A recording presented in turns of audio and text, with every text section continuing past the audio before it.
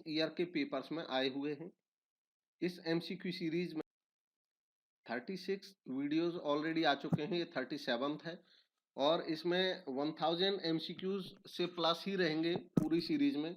इस सीरीज में हम मैक्सिमम ऐसे क्वेश्चंस को शामिल करेंगे जो आने वाले एग्जाम्स में, पीजीटी कॉमर्स में या कॉमर्स के अन्य एग्जाम्स में आने के चांसेस ज़्यादा हैं। साथ ही साथ ये कॉन्सेप्ट को भी मजबूत करेंगे। स्टार्ट करते हैं। आज का पहला question, market subdivided on the basis of behavioural characteristics. जब बाजार को व्यवहार संबंधी विशेषताओं के आधार पर विभाजित किया जाए या उपविभाजन किया जाए तो इसको क्या कहते हैं, यह पूछा गया है। गिवन ऑप्शंस में से सही जवाब है ऑप्शन ए, सेगमेंटेशन यानी कि विखंडीकरण। नेक्स्ट है, what is mass marketing. Mass marketing क्या है। गिवन ऑप्शंस में से जो सही जवाब है वो है option A, offering the same product in marketing mix to all consumers. मतलब मास मार्केटिंग ऐसी मार्केटिंग है, मास मींस पब्लिक, जब पूरी पब्लिक के लिए एक जैसा मार्केटिंग का एफर्ट किया जाए, एक जैसी एडवर्टीजमेंट हो, सेम प्रोडक्ट हो, एक ही प्रोडक्ट सबके लिए और सभी कंज्यूमर्स के लिए एक ही तरीके से सेल की पॉलिसी बनाई जाए, इसको मास मार्केटिंग कहते हैं। नेक्स्ट है, physical distribution provides. Physical distribution provide करता है क्या। गिवन ऑप्शंस में से सही जवाब है option C, place and time utility. हम जब किसी आइटम को बेचते हैं और कोई खरीदने वाला खरीदता है तो उसके लिए जो वो पेमेंट करता है उसका मेन ऑब्जेक्टिव होता है कि उस प्रोडक्ट की यूटिलिटी उसको मिल जाएगी। यूटिलिटी वही चीज है जिसकी वजह से हम किसी सामान को खरीदते हैं। यूटिलिटी वो क्वालिटी होती है जो किसी ग्राहक को आकर्षित करती है कि इस क्वालिटी को लेने के लिए वो कोई सामान खरीद सकता है। कार खरीदते हैं तो कार यूटिलिटी देती है कि हम उसमें बैठ सकते हैं। ऐसे ही डिफरेंट टाइप की यूटिलिटी होती है। तो फिजिकल डिस्ट्रीब्यूशन जो है वो क्या प्रोवाइड करता है, यह पूछा गया है। फिजिकल डिस्ट्रीब्यूशन यानी कि सामान का प्रोड्यूसर से कंज्यूमर तक पहुंचना, ये कौन कौन सी यूटिलिटी देता है, तो प्लेस यूटिलिटी भी देता है, टाइम यूटिलिटी भी देता है। प्लेस यूटिलिटी जो होती है स्थान उपयोगिता, इसका मतलब है कि कोई वस्तु कहीं पे उपयोगी होती है कहीं पे नहीं होती है तो उस जगह पे प्रोवाइड कराना जहां पे उसकी उपयोगिता ज्यादा है, ये प्लेस यूटिलिटी है। ठीक इसी तरीके से टाइम यूटिलिटी होती है कि कोई वस्तु किसी समय पर उपयोगी है किसी पे नहीं है, तो फिजिकल डिस्ट्रीब्यूशन का एक काम है उस पर्टिकुलर समय पर प्रोवाइड कराता है वस्तु को जब उसकी जरूरत होती है। नेक्स्ट है, non store marketing includes. Non store marketing में क्या शामिल है। गिवन ऑप्शन में सही जवाब है option D, all of the above. Non store marketing जो होती है इसका मतलब होता है कि जब कोई मार्केटर यानी कि कोई सेलर अपने ना बना करके, मार्केट में स्टोर ना खोल करके अन्य तरीकों से मार्केटिंग करता है तो नॉन स्टोर मार्केटिंग कहलाते हैं। इसमें कोई रिटेल स्टोर्स बनाने की जरूरत नहीं रहती है, केवल गोडाउंस रखे जाते हैं या डायरेक्ट जो प्रोड्यूसर होते हैं उनसे मार्केटर सामान खरीदता है और ग्राहकों को बेचता है। इसमें होम सेलिंग, घर घर जाकर के सेल करना, वीपीपी के माध्यम से सेल करना, वैल्यूएबल पोस्ट या वेंडिंग मशीन्स लगा देना, रेलवे स्टेशन पे या एयरपोर्ट्स पे वेंडिंग मशीन लगा देना, उनमें सामान रख दिया जाता है, अपने आप बिकता रहता है। तो ये नॉन स्टोर मार्केटिंग है, तीनों ही तरीके। नेक्स्ट है, which is not a 4 Ps of marketing. Marketing के 4 पीज में से इनमें से कौन सा नहीं है, तो गिवन ऑप्शन में सही जवाब है ऑप्शन ए, प्लान 4 पीज का हिस्सा नहीं है। बाकी प्रोडक्ट, प्राइस, प्रमोशन और प्लेस, ये 4 पीज का हिस्सा है। नेक्स्ट है, caveat emptor rule means. Caveat emptor rule इसका मतलब क्या है, क्या इसका मीनिंग है। गिवन ऑप्शन में से जो सही जवाब है वो है option D, none of these, इनमें से कोई नहीं। दरअसल कैविट एम्प्टर जो है यह एक फ्रेज है और ये लैटिन भाषा का फ्रेज है और इसका मतलब इंग्लिश में है लेट द बायर बिवेयर और हिंदी में कहा जाता है कि जो क्रेता है वो सावधान रहे। तो ये क्रेता यानी कि बायर बेबियर इसका मीनिंग है कैविट एम्प्टर रूल। यह रूल ये कहता है कि जो खरीदार है और जो बेचने वाला है, अगर उनके बीच में कोई एक्सप्रेस एग्रीमेंट नहीं हुआ है किसी खरीद बेच के बारे में, तो खरीदार को पूरी सावधानी बरतनी चाहिए कि वो स्वयं पहले ये देख ले कि वस्तु उसके लिए कोई घाटे का सौदा तो नहीं है, अदरवाइज विक्रेता की कोई जिम्मेदारी नहीं होगी। क्रेता को खुद सावधान रहना पड़ेगा, कैविट एम्प्टर का रूल कहता है। नेक्स्ट है setting higher prices of product during initial stages of its introduction. जब कोई प्रोडक्ट पहली बार मार्केट में आता है, तो जब शुरू में वो मार्केट में आता है, तो उस समय पे अगर कोई सेलर शुरुआत में उस प्रोडक्ट के रेट काफी महंगे रखता है, हायर प्राइस रखता है उस समय, तो ये कौन सी पॉलिसी कहलाती है? गिवन ऑप्शंस में सही जवाब है option A, price skimming policy, मूल्य स्कीमिंग नीति। स्कीमिंग को मलाई उतार नीति भी कहा जाता है। इसका मतलब होता है कि जब हमारा प्रोडक्ट मार्केट में बेचा जा रहा है, अगर हमारे प्रोडक्ट के कोई अल्टरनेटिव्स मार्केट में ज्यादा नहीं है, तो हम ज्यादा रेट पे भी सामान बेच सकते हैं और पहले ही काफी प्रॉफिट अर्न कर लिया जाता है। जब तक बाकी कॉम्पिटिटर्स मार्केट में वो सामान लेके आते हैं हमारे सामान का अल्टरनेटिव, तब तक हम काफी अर्न कर चुके होते हैं और बाद में हम अपने प्राइसेस को कम कर देते हैं। नेक्स्ट क्वेश्चन है which of the following is a shopping product. इनमें से कौन सा एक शॉपिंग प्रोडक्ट है? गिवन ऑप्शंस में सही जवाब है ऑप्शन ए, ज्वेलरी। ज्वेलरी एक शॉपिंग प्रोडक्ट है। शॉपिंग प्रोडक्ट किसको कहते हैं? ऐसे प्रोडक्ट जिनकी शॉपिंग करते समय ग्राहक काफी सोचता है, उसके अल्टरनेटिव्स ढूंढता है और सोच समझ करके डिसीजन लेता है, ऐसे प्रोडक्ट शॉपिंग प्रोडक्ट कहलाते हैं। तो गिवन ऑप्शन में जो ज्वेलरी है वो है एक शॉपिंग प्रोडक्ट है। इसके खरीदने में काफी समय लगता है ग्राहक को, और दूसरी बात ये रिपीटेडली परचेज नहीं किए जाते हैं, ये रेंडमली जब ही तभी ही खरीदे जाते हैं, रेगुलर बेसिस पे इनकी शॉपिंग नहीं होती है। ऐसे प्रोडक्ट को शॉपिंग प्रोडक्ट कहा जाता है। नेक्स्ट है which of the following is not an element of promotion mix. इनमें से प्रमोशन मिक्स का एलिमेंट कौन सा नहीं है, यह बताना है। तो गिवन ऑप्शन में सही जवाब है ऑप्शन बी, मार्जिन। यह प्रमोशन मिक्स का एलिमेंट नहीं है। दरअसल प्रमोशन का मतलब होता है संवर्धन, हिंदी में इसको कहते हैं, और इसका मतलब होता है कि वो सारे एफर्ट जो सेलर या मार्केटर अपने सामान की सेल बढ़ाने के लिए करता है। प्रमोशन मिक्स के अंतर्गत आ जाता है कि वो सारे फैसले, वो सारे डिसीजन जो प्रमोट करने के लिए, अपनी सेल को बढ़ाने के लिए किए जाते हैं। और इसके जो एलिमेंट हैं उनमें आते हैं advertisement, publicity, personal selling, sales promotion, ये सब उसके एलिमेंट हैं। तो बाकी तीनों एलिमेंट है, बी नहीं है, बी इसलिए इसका सही जवाब है। नेक्स्ट है part of A brand that is given legal protection is called.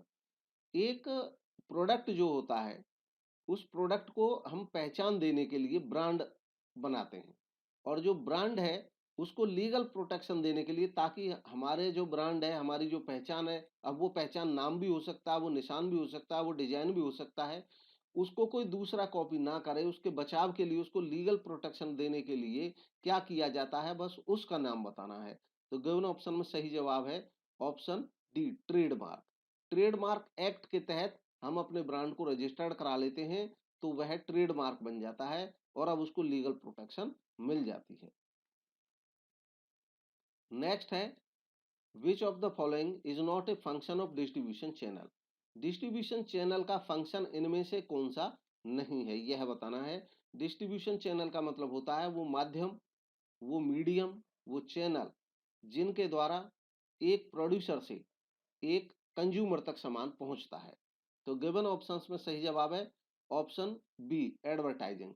Advertising distribution channel में नहीं है, ये मार्केटिंग का काम है। डिस्ट्रीब्यूशन चैनल में आता है असॉर्ट करना, वर्गीकरण करना सामान को, मतलब अलग अलग ग्रेड का सामान अलग अलग जगह रखना, एलोकेशन करना, आवंटन करना, और एक्यूमुलेशन करना, संचयन करना, एक सामान को एक जगह इकट्ठा करना, ये सब इससे रिलेटेड फंक्शंस हैं डिस्ट्रीब्यूशन से रिलेटेड। नेक्स्ट है which of the following is not a component of physical distribution. इनमें से फिजिकल डिस्ट्रीब्यूशन का कंपोनेंट कौन सा नहीं है, यह बताना है। तो गिवन ऑप्शन का सही जवाब है option C, product promotion physical distribution का कंपोनेंट नहीं है। बाकी transportation, warehousing, inventory control, ये फिजिकल डिस्ट्रीब्यूशन के तहत आ जाते हैं। नेक्स्ट है best means of increasing sale of an article. एक सामान की बिक्री बढ़ानी है तो उसके लिए सबसे अच्छा माध्यम कौन सा है, यह बताना है। इसमें सबसे अच्छा तरीका कौन सा है? तो गिवन ऑप्शंस में सही जवाब है ऑप्शन सी, एडवर्टीजमेंट। नेक्स्ट है advertising objectives do not include. Advertising के जो उद्देश्य हैं उनमें शामिल नहीं है इनमें से क्या, यह बताना है।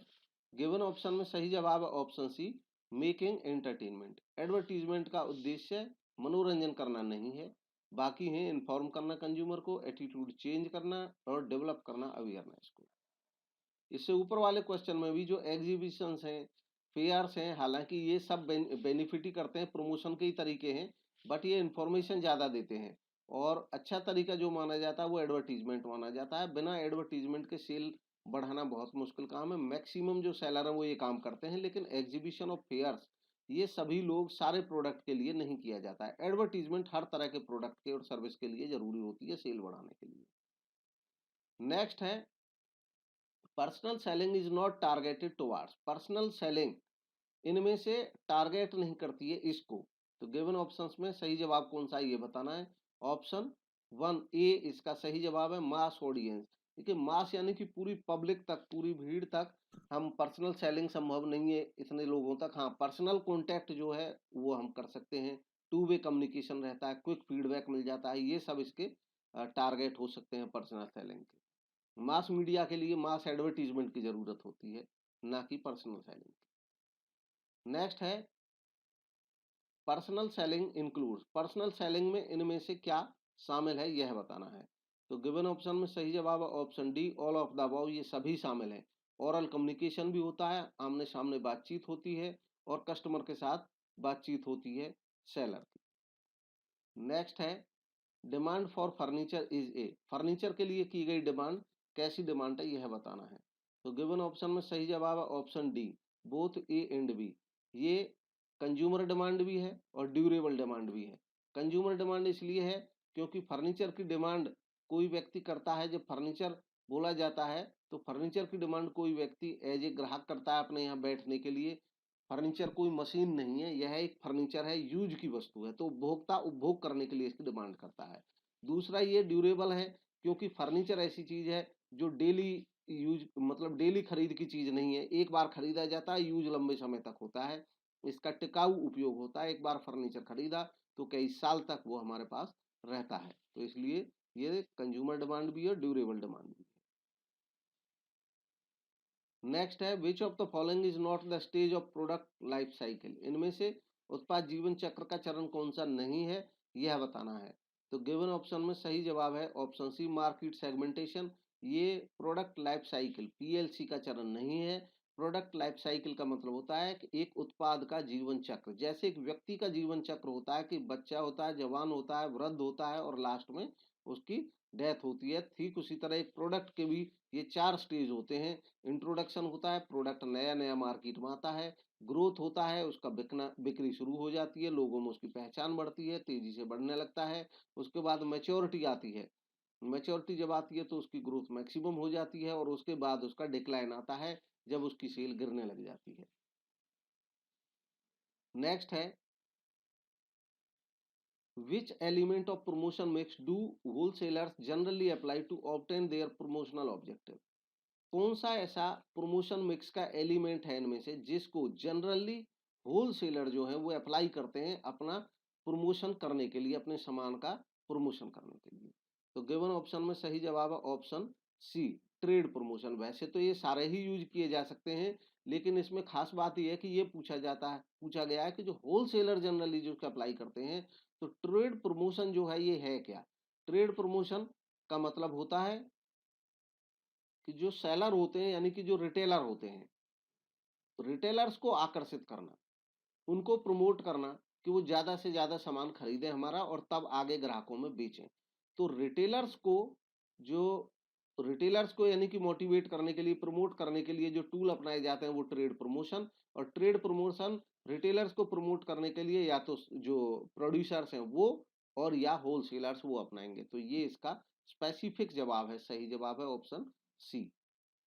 नेक्स्ट है which is not the part of Abell's business definition. Abell की बिजनेस डेफिनेशन का इनमें से कौन सा पार्ट नहीं है, यह बताना है। तो गिवन ऑप्शन में सही जवाब है ऑप्शन बी, रिटेलर ग्रुप। यह एबेल की बिजनेस डेफिनेशन का मतलब नहीं है। एबेल की बिजनेस डेफिनेशन दरअसल बिजनेस को अंडरस्टैंड करने के लिए है कि बिजनेस की स्ट्रेटेजी बनाने के लिए, स्ट्रेटेजिक मैनेजमेंट में हमें यह समझना होता है कि अपने बिजनेस को डिफाइन करना होता है। जब बिजनेस को डिफाइन कर रहे होते हैं तो उसके एलिमेंट हैं, 3 डायमेंशंस हैं। उसको देखना होता है कि उसका कस्टमर ग्रुप कौन है, कौन उसका ग्राहक है, उसी के हिसाब से उसकी स्ट्रेटेजी बनती है। इसके अलावा उसको देखना होता है कि कस्टमर फंक्शन, यानी कि कस्टमर फंक्शन क्या है, कस्टमर फंक्शन के हिसाब से वो तय करता है कि कौन सी चीजें वो कस्टमर को प्रोवाइड कराएगा। और तीसरा होता है अल्टरनेटिव टेक्नोलॉजी, यानी कि किस प्रकार से वो कस्टमर तक पहुंचेगा, कैसे उसकी नीड को सेटिस्फाई करेगा। नेक्स्ट है which of the following is not a force in the porters 5 forces model. Porter के 5 फोर्सेस मॉडल में इनमें से कौन सा एक फोर्स नहीं है, यह बताना है। तो गिवन ऑप्शंस में जो सही जवाब है वो है ऑप्शन सी, कॉम्प्लीमेंट्री प्रोडक्ट, पूरक उत्पाद। यह 5 फोर्सेस का एक फोर्स नहीं है।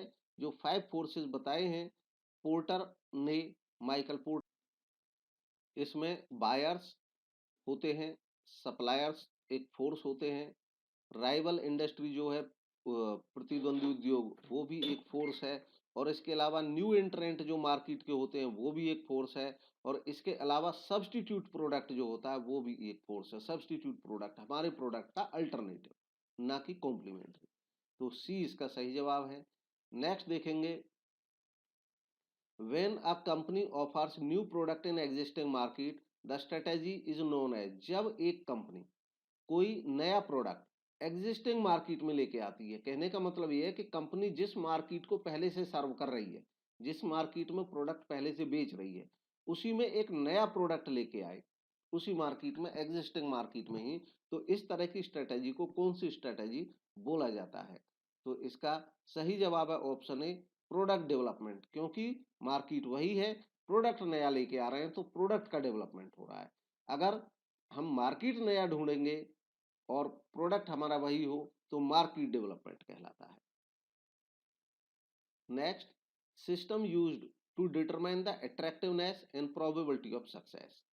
सिस्टम जो यूज किया जाता है डिटरमाइन करने के लिए कि सक्सेस, अट्रैक्टिवनेस और प्रोबेबिलिटी।